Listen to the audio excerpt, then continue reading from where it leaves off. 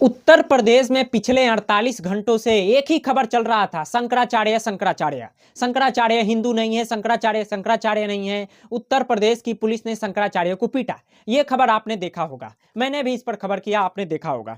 लेकिन एक और घटना घटा है उत्तर प्रदेश में, जो कि देश के तमाम लोगों को जानना चाहिए। और आप फैसला कीजिएगा कि देश का कानून व्यवस्था किस तरफ जा रहा है। इस घटना के जानने के बाद शायद आपको ऐसा लगेगा कि देश में कानून व्यवस्था पे अब लोगों का विश्वास नहीं होगा, लेकिन आप फैसला कीजिएगा। जो सच्चाई है मैं आपके सामने रखूंगा। न्यायालय के मामले में मैं हस्तक्षेप नहीं कर रहा हूं, जो घटना है मैं आपको बता रहा हूं। इनको आप सभी जानते हैं, ये हैं एएसपी अनुज चौधरी। साल 2024 में ये सीओ थे संभल के, उत्तर प्रदेश के संभल जिला के। वहां पे एक दंगा होता है, दंगा में कुछ लोग मारे जाते हैं, पुलिस की तरफ से भी गोलियां चलती है, बताया यह भी जाता है कि उधर से भी गोलियां चलती हैं। गोली चलने के दौरान कुछ लोग मारे जाते हैं। मामला कोर्ट में जाता है, संभल कोर्ट में। सीजीएम वहां के सुनवाई करते हैं, उनका नाम रहता है विभांशु सुधीर। वो सुनवाई करते हैं और 9 जनवरी 2026 को वो एक ऐतिहासिक फैसला सुनाते हैं कि अनुज चौधरी समेत 20 पुलिस कर्मियों पे एफआईआर दर्ज हो। वहां के जो एसपी हैं उनको ये आदेश दिया जाता है कि आप मुकदमा दर्ज कीजिए और जांच को तेजी से कीजिए। जिसके बाद एसपी साहब मुकदमा को दर्ज नहीं करते हैं, बोलते हैं कि हम हाई कोर्ट में चैलेंज करेंगे। जिसके बाद आज ये खबर आता है कि जो सीजीएम यानी जो जज साहब यानी विभांशु सुधीर जी ने जो फैसला दिया एसपी अनुज चौधरी जी के खिलाफ, उनका तबादला हो चुका है। यानी जज का ही तबादला हो गया है। ये जज साहब का, जज साहब को अब उत्तर प्रदेश के सुल्तानपुर में भेज दिया गया है।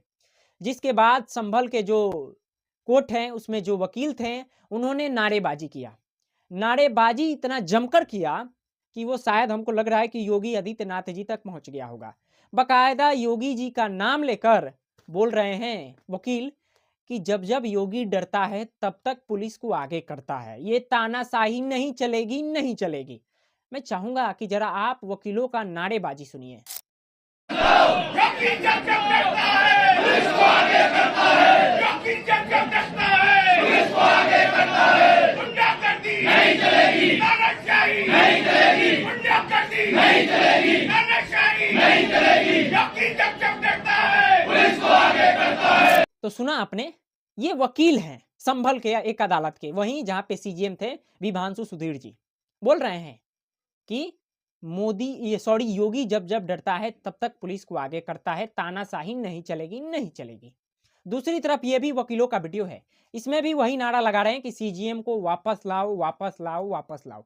जैसे ये खबर मीडिया में आता है ना दोस्तों, पूरे राजनीतिक माहौल गर्मा जाता है। अखिलेश यादव जी भी लेकर ट्वीट करते हैं। अखिलेश यादव जी क्या लिख रहे हैं कि असत्य स्थानांतरित नहीं होता है, उसका स्थान अचल है। न्यायपालिका की स्वतंत्रता का हनन सीधे सीधे लोकतंत्र का हनन है। स्वतंत्रता न्यायपालिका से ही संविधान की अभिभाविका सुरक्षा कर सकती है। यानी अखिलेश यादव जी ने भी अपना बयान रख दिया है कि सत्य अलग नहीं होता है, सत्य नहीं बदलता है, सत्य सत्य ही रहता है। आगे अखिलेश यादव जी बोलते हैं कि हम इस मामले पर कोई टिप्पा टिप्पणी नहीं करेंगे। हाई कोर्ट के और सुप्रीम कोर्ट के जज, बड़े बड़े बुद्धिजीवी लोग इस पर हस्तक्षेप करेंगे और वो अच्छे से समझेंगे। लेकिन एक खबर आता है कि अनुज चौधरी जी पर मामला दर्ज होगा, जिसके बाद तबादला हो जाना।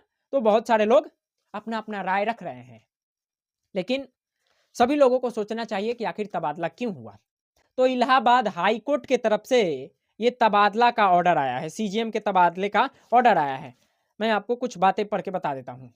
दरअसल मंगलवार को इलाहाबाद के हाईकोर्ट के 3 जिला के जज स्तर समेत कुल 14 न्यायिक अधिकारियों का तबादला की सूची जारी की गई।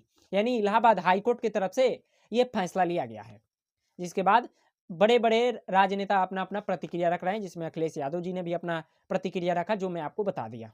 लेकिन अब आपको फैसला करना है कि एक जज जो पुलिस के खिलाफ एफआईआर दर्ज करने को बोलते हैं, जिसके बाद उनका तबादला हो जाता है, इसके बारे में आप क्या सोचते हैं, वो अपना राय रखिएगा, हमें बताइएगा।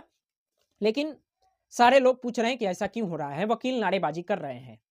और दूसरी तरफ उसी उत्तर प्रदेश में ये खबर काफी दिनों से चल रहा है कि अभिमुक्तेश्वरानंद जी जो हैं इनको पीटा गया, इनके साधु संतों को पीटा गया और पुलिस ने नोटिस जारी करके बोला कि आप शंकराचार्य कैसे हैं, आप हमें बताइए कि आप शंकराचार्य कैसे हैं।